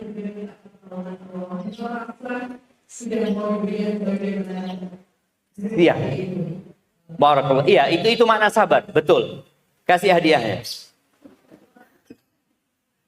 Baik, Iya, artinya orang sabar itu tadi. Sabar. Ya sabar itu nahan. Iya. Belum ridho ya. Sabar itu menahan diri dari melakukan perbuatan yang tidak sesuai dengan syariat dan tidak sesuai dengan akal sehat. Baik itu dengan lisan atau dengan perbuatan. Jadi sabar itu nahan memang. Nahan ya Allah. Lalu dia mengatakan inna lillahi wa inna ilaihi raji'un. Dia mengatakan itu. Jadi sabar itu bukan ridho. Ridho itu sudah naik jemaah. Jadi orang sabar ini bagaimana ketika dia mendengar musibah. Buat ibu-ibu musibah terbesar itu apa? Suaminya mati apa suaminya kawin lagi? Ibu-ibu. Suaminya mati apa suaminya kawin lagi? Nah, iya ibu-ibu lebih besar kok dengar, Mbak, suami ini kawin meneng. Atau suami ini mati. Kau dikasih dua pilihan. Suaminya mati atau suaminya hidup tapi kawin lagi. Ibu-ibu milih mana? Nah mati aja Ustaz, biasa. Nah disinilah yang namanya sabar. Sabar itu betul marah. Artinya kita ya Allah kok bisa. Tapi dia nahan diri. Yang pertama tadi yang haram hukumnya dia tidak sabar. Dia melakukan perbuatan atau mengucapkan ucapan yang tidak diridhai Allah. Dia memaki, dia melaknat. Kalau dulu orang Arab itu ketika dapat musibah dia merobek-robek bajunya. Kemudian dia menampar pipinya. Kemudian dia mungkin mencakar-cakar wajahnya. Itu terjadi. Ketika seorang melakukan itu, dia melakukan yang haram. Tapi ketika dia nahan diri, dia mau melakukan itu. Dia mau melakukan itu. Tapi dia tahan diri. Enggak. Aku melakukan itu enggak ada gunanya. Aku mengatakan nggak ada gunanya. Apalagi mengatakan, ya Allah kenapa engkau mengujiku dengan ini ya Allah. Ini sebagai bentuk marah sama Allah. Ingat jamaah, Allah itu lebih sayang sama kita daripada orang tua kita. Daripada anak-anak kita. Daripada pasangan hidup kita. Ketika Allah memberikan musibah, yakin musibah itu sudah ditakar sesuai dengan kemampuan kita. La yukallifullahu nafsan illa wus'aha. Nggak ada ceritanya, aku nggak mampu. Kalau nggak mampu, Allah nggak kasih musibah ini. Selesai, yakin. Aku nggak mampu dengan musibah ini. Loh, kalau nggak mampu, nggak akan menimpamu. Akan menimpa pulang. Pulang mampu. Makanya kadang-kala ada orang mengatakan, Ustaz, ketika ana belum hijrah, ana musibahnya biasa-biasa aja, Ustaz. Tapi ketika hijrah, kok apa ya, badai terus. Ana sampaikan, kalau badai ini datang ketika antum belum hijrah, antum nggak mampu. Allah nggak kasih di sana.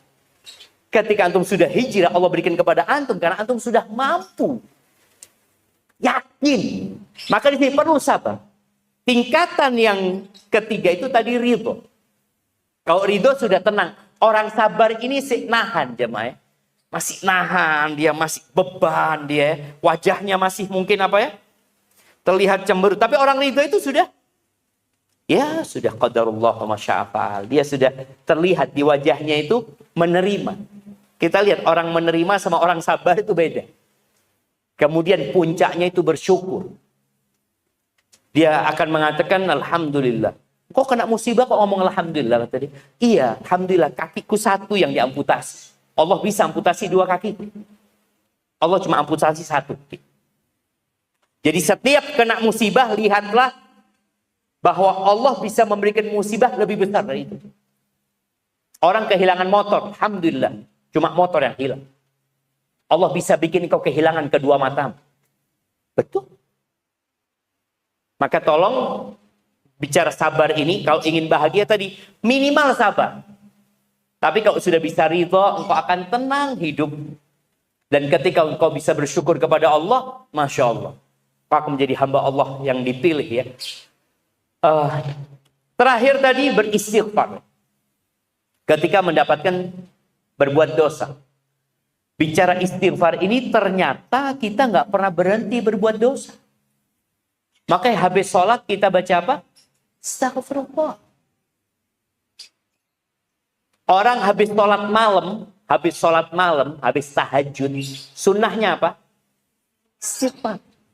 Loh kok bisa Ustaz? Aku kan tidak habis berbuat dosa Ustaz. Aku habis sholat malam Ustaz. Aku habis melakukan ibadah yang paling indah. Nggak ada orang yang tahu. Istighfar. Kenapa? Karena kita tidak pernah luput dari dosa. Dan istighfar ini juga akan mengangkat bala yang menimpa kita. Selain kita akan bahagia dengan kita memperbanyak istighfar, maka semoga kita semua bisa menjalani hidup ini dengan 3 hal tadi. Bersyukur, bersabar, dan beristighfar. Sebagai penutup,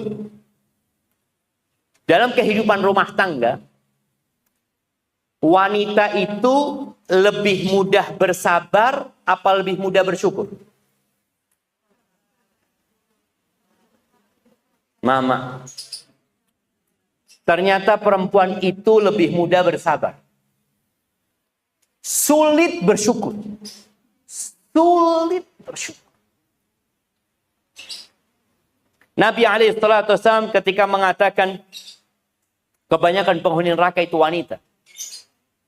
Kata Nabi SAW, penyebabnya itu yuksirna la'an.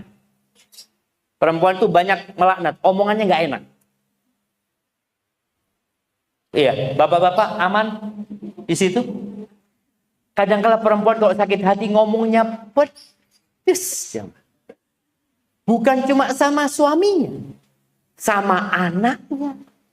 Iya. Sampai anak itu, ya Allah, ibuku kok kayak gitu loh ya. Dia pikir anaknya, ada mama yang mengatakan, ya Allah Ustaz, berat Ustaz menghadapi anak-anak itu. Padahal anaknya ngomong, ya Allah anak kalau bisa ganti emak, kata dia. Kadang-kadang merasa berat dengan anaknya berat dengan ibunya. Karena memang Allah menjadikan sebagian kita itu ujian untuk sebagian lainnya. Wa ja'alna ba'dakum li ba'din fitnah. Kata Allah, kami jadikan sebagian kalian itu fitnah untuk sebagian lain. Pembantu diuji sama bosnya. Bos diuji sama pembantu. Suami diuji sama istri. Istri diuji sama suami. Anak diuji sama bapaknya. Bapak diuji sama anaknya. Menantu diuji sama mertuanya. Mertua diuji sama menantunya. Itu kehidupan. Kita bisa sabar enggak? Maka tadi wanita banyak melaknat. Jadi kalau ngomong kadang-kadang perempuan itu pedes nyakitin hati. Itu kata Nabi SAW. Yang kedua, wa yakfurnal ihsan. Kufur dengan kebaikan suami. Kufur sama suami. Subhanallah jemaah. Tingkat kufurnya seorang wanita tadi. Makanya kenapa banyak wanita nggak bahagia nantinya di neraka tempatnya? Karena dia kurang bersyukur. Kalau engkau berbuat baik, kata Nabi SAW, lau ahsanta ila ihdahunad dahr. Kalau engkau berbuat baik kepada istrimu sepanjang tahun, kemudian engkau melakukan kesalahan sama dia, maka perempuan ini akan melupakan semua kebaikan suaminya. Dia akan mengatakan, ma ra'aitu minka khairan qat. Aku tidak pernah melihat kebaikan di dirimu sedikit pun.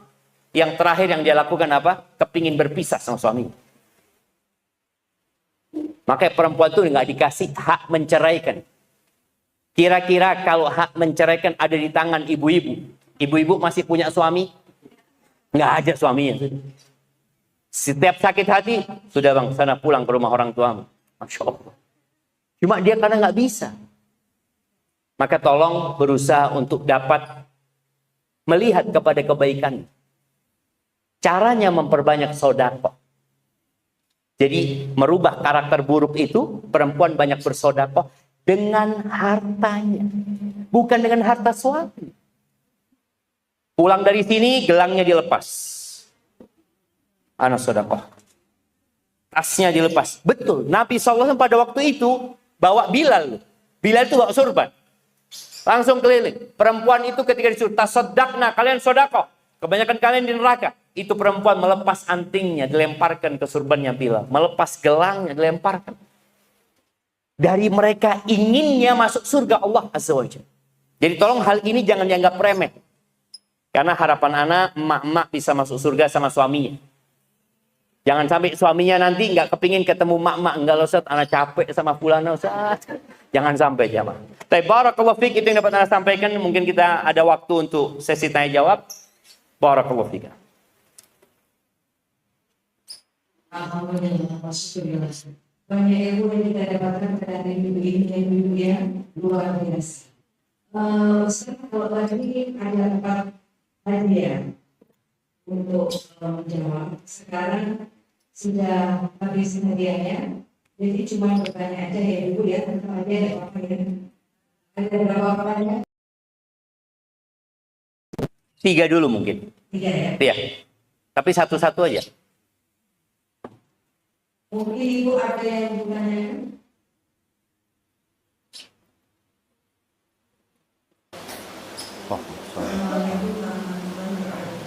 Waalaikumsalam warahmatullahi wabarakatuh.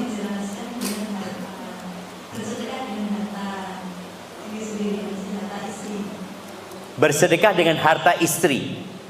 Nah, iya, agama Islam ini agama yang menghormati kepemilikan. Hak milik itu sangat dihormati dalam Islam. Hartanya istri dalam agama kita. Boleh jadi istri punya harta yang pertama ketika dia menikah, mas kawin. Itu milik siapa? Milik istri. Kemudian boleh jadi istri ini anaknya orang kaya, dapat warisan. Itu milik dia. Atau istri punya usaha. Dia punya sumber penghasilan buat diri dia. Atau suami memberikan hadiah kepada istri. Itu menjadi milik istri. Adapun harta suami ya miliknya suami. Umpamanya bicara harta suami ya, suami bekerja, dia sudah memberikan nafkah kepada istri untuk kebutuhan rumah tangga, untuk kebutuhan dirinya. Mungkin tadi suami memberikan kepada istri, ini buat engkau secara pribadi. Harta suami yang lainnya milik suami, bukan milik istri. Umpamanya suami mau sodakoh kepada orang tuanya, atau mau memberikan nafkah kepada orang tuanya. Suami mau membangun masjid, apakah suami harus izin sama istrinya? Enggak, itu uangnya suami. Suami mau bersodakoh kepada keponakannya. Itu milik siapa?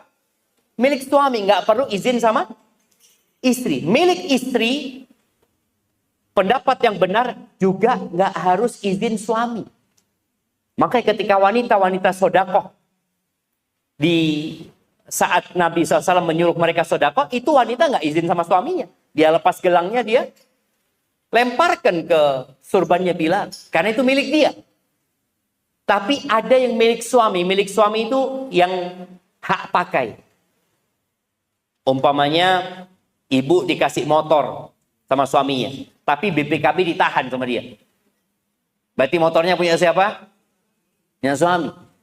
Tapi kalau ini STNK, ini BPKB, ini hadiah buat engkau. Berarti milik istri. Istri mau apakan terserah seperti itu. Jadi seperti itu. Jadi harta istri itu ya miliknya istri.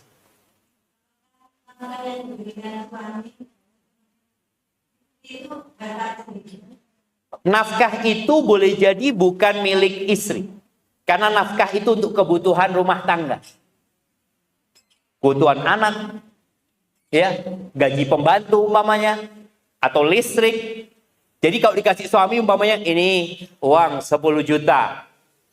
Kemudian bolehkah istri sedekah dengan 9 juta? Enggak, dia harus memenuhi kebutuhan rumah tangganya. Kalau suami mengatakan kalau ada sisanya buat engkau, berarti milik istri ketika itu.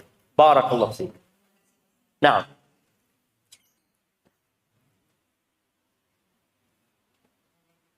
Nah, tafadhal. Assalamualaikum. Waalaikumsalam warahmatullahi wabarakatuh.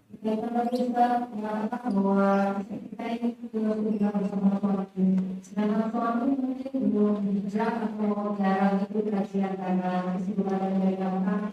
Bagaimana caranya kita memberitahu ilmu yang kita dapat oleh suami supaya tidak menyinggung suami? Masya Allah. Nah, barakallahu fiik. Ya, kita lihat jamaah, kalau bicara suami istri ini, ada wanita-wanita yang kayak istrinya Nabi Nuh alaihissalam. Ada yang seperti istrinya Nabi Lut. Suaminya Nabi, istrinya wanita yang tidak soleha, bahkan kafir. Tapi ada yang seperti istrinya Fir'aun. Fir'aun itu mengaku Tuhan, tapi istrinya Asia orang yang beriman. Bagaimana sikap istri menghadapi suaminya yang mungkin tadi imannya kurang? Boleh jadi suaminya bolong-bolong sholatnya. Boleh jadi suaminya masih nggak memperhatikan halal haram dalam pekerjaannya. Apa sikap istri? Yang pertama adalah memperbaiki diri istri. Dia perlu fokus memperbaiki antara dia sama Allah Azza wa Jalla. Karena orang yang mau ngasih tahu orang lain itu hendaklah dia bersih dulu.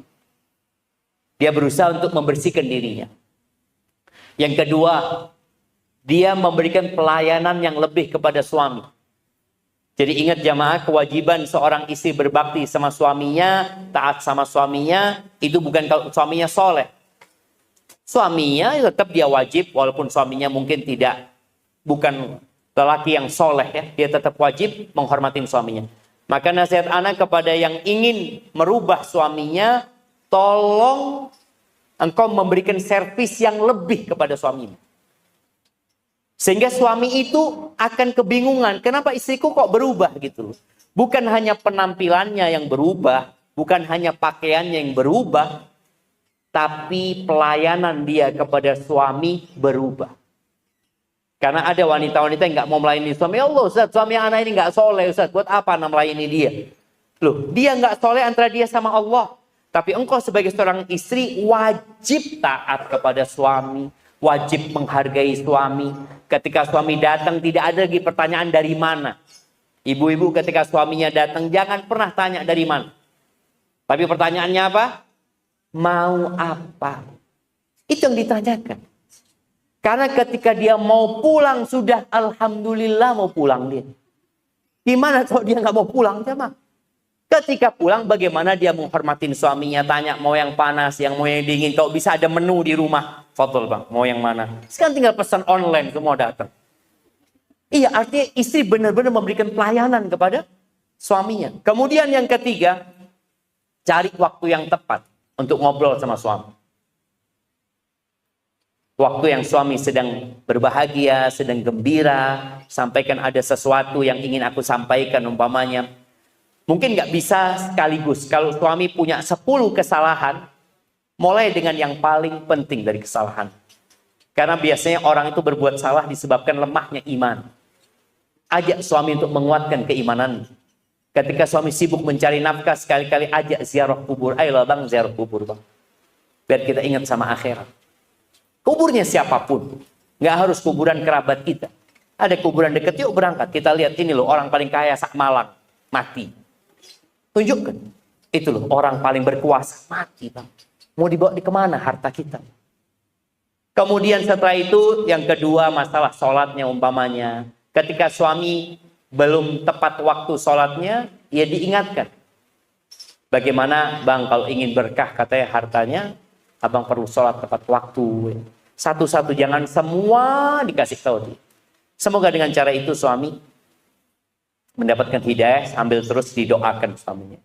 Hadza wallahu a'lam bishawab. Tinggal satu pertanyaan lagi, mungkin ibu yang ada di luar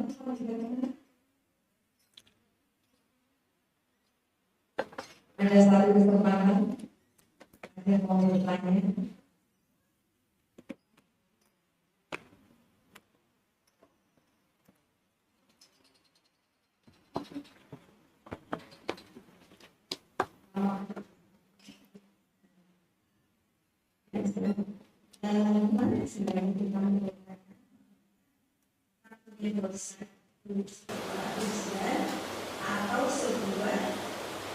Afwan, bisa diulangi bagaimana?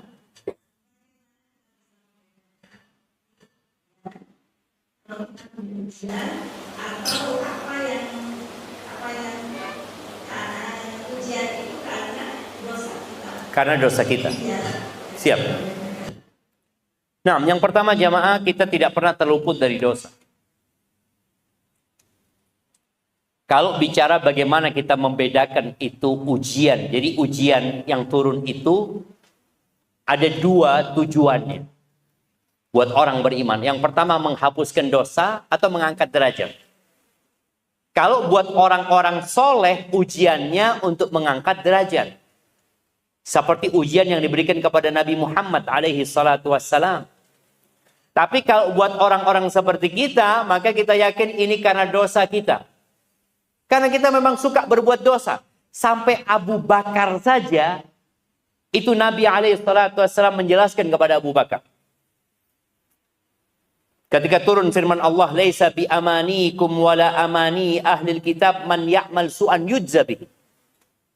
Barang siapa berbuat dosa pasti dibalas. Barang siapa berbuat dosa pasti dibalas. Ketika turun ayat ini Abu Bakar tanya, ini Abu Bakar imannya paling sempurna ya, di antara umatnya Nabi Muhammad SAW. Dia tanya, ya Rasulullah, kalau setiap kita berbuat dosa dibalas sama Allah, ya kita akan binasa, kata Abu Bakar. Lalu Abu Bakar diam. Nabi SAW mengatakan, ya Abu Bakar, awala tansab. Abu Bakar, engkau nggak pernah merasa capek? Iya Rasulullah. Engkau nggak pernah sakit? Iya Rasulullah. Engkau nggak pernah merasa gundah gulana? Iya Rasulullah. Itu semua adalah penghapusan dosa. Jadi kalau orang itu orang soleh, kita ini kalau melihat ada orang soleh kena musibah, maka kita berbaik sangka. Semoga itu untuk mengangkat derajatnya. Tapi kalau yang kena musibah kita, maka jangan mengatakan, oh kayaknya ini untuk mengangkat derajatku. Jangan GR kita. Karena kita banyak dosa. Kemudian yang namanya musibah itu bisa menjadi penghapus dosa dan pengangkat derajat dan bisa menjadi azab. Bagaimana menjadi adab? Sikap kita menerimanya. Kalau kita sabar, dapat penghapusan dosa dan dapat pengangkatan derajat. Tapi kalau kita jaza tadi marah, di tingkatan yang paling rendah yang haram itu, maka musibah itu jadi adab buat kita. Yang awalnya dia datang untuk menghapuskan dosa, tapi gara-gara kita marah, bukan dosa kita terhapus, malah tambah banyak dosa kita, disebabkan kita tidak bersabar menerima musibah tersebut. Itu mungkin di antara parameternya. Semoga kita bisa selalu berbaik sangka kepada Allah dan berburuk sangka kepada diri kita. Gitu caranya. Jadi kalau kena musibah, kita berbaik sangka sama Allah dan berburuk sangka kepada siapa? Kepada diri kita. Kalau kita melihat orang lain yang kena musibah, maka kita berbaik sangka sama orang itu. Kalau memang orang itu orang soleh. Jangan kita katakan, oh kayaknya fulana ini banyak dosanya kayaknya. Dari mana kau tahu itu kena musibah? Oh belum tentu. Boleh jadi Allah hendak mengangkat derajat dia. Hadza wallahu a'lam bissawab. Ya cukup dari sini. Siap. Nah. Ada yang mau bertanya lagi? Ibu, ada yang mau bertanya lagi?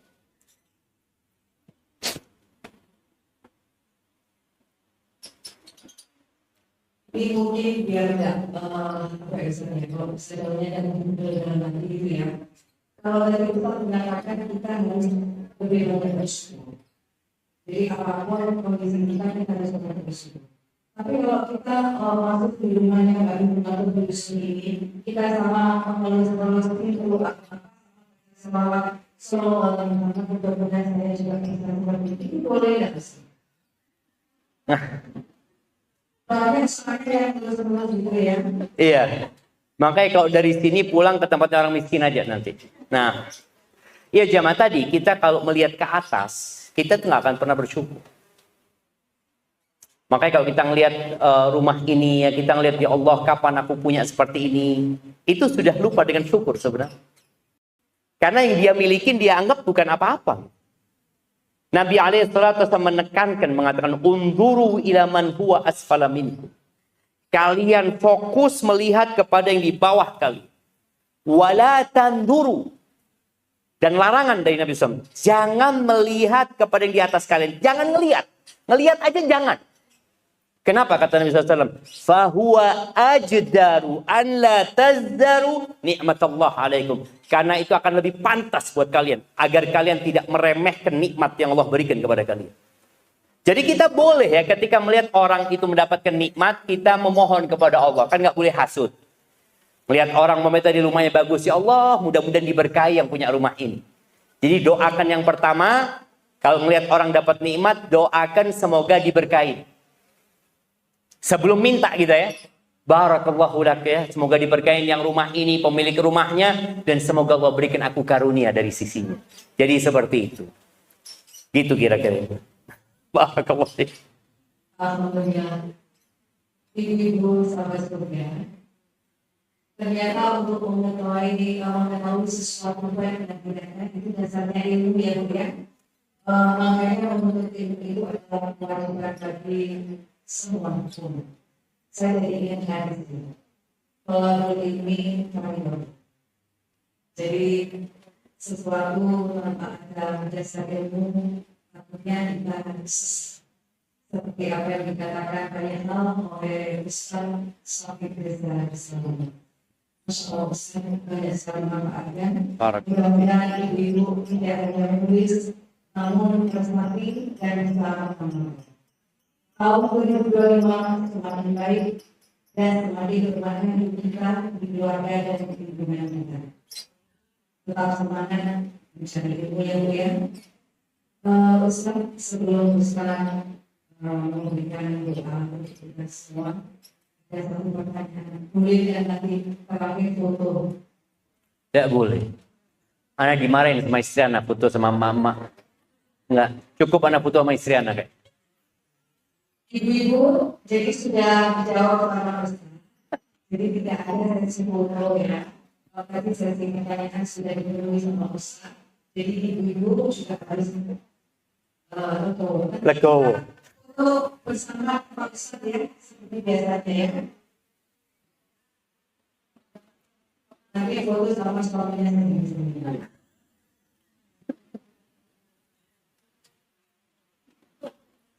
Kami mohon besar untuk acara ini.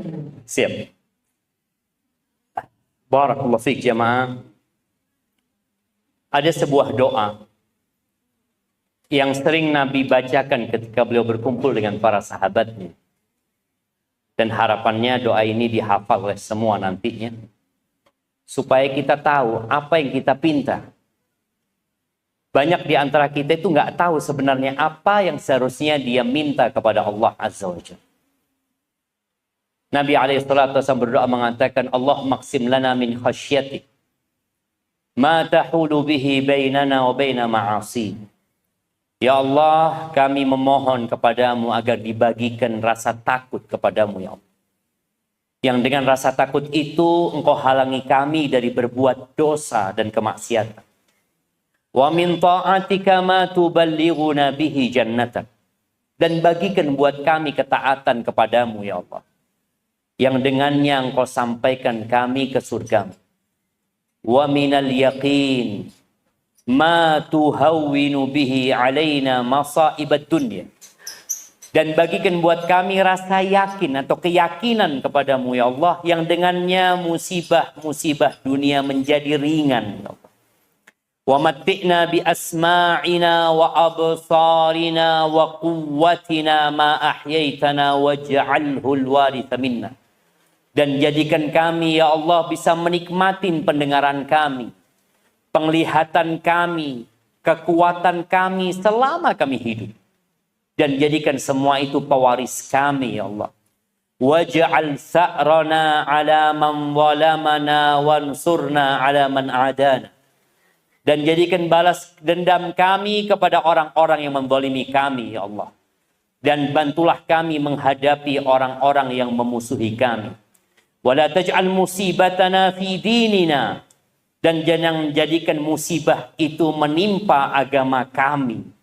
Wala taj'alid dunya akbar hammina wala mablagha ilmina. Dan jangan jadikan dunia itu, ya Allah, ambisi kami yang terbesar dan puncak dari ilmu yang kami pelajari. Wala tusallit alaina man la yarhamuna. Dan jangan jadikan orang-orang yang tidak mengasihi kami sebagai penguasa atas kami.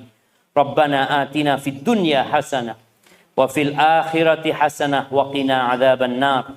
Wa subhana rabbika rabbil izzati amma yasifun wa salamun alal mursalin walhamdulillahi rabbil alamin.